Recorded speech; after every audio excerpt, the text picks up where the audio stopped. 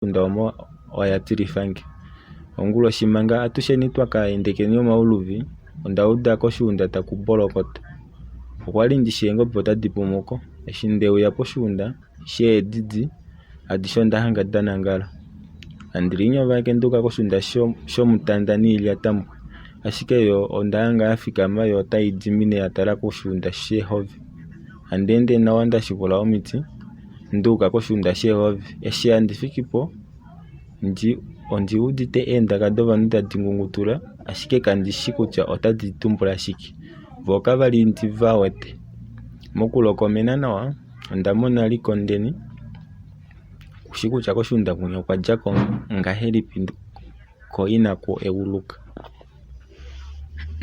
Manga handi tala nawa onda mona ovanhu veli vatatu. Ndi wete kutya gumwe omukulukadhi omukulupe na gumwe omusamane omukuluntu.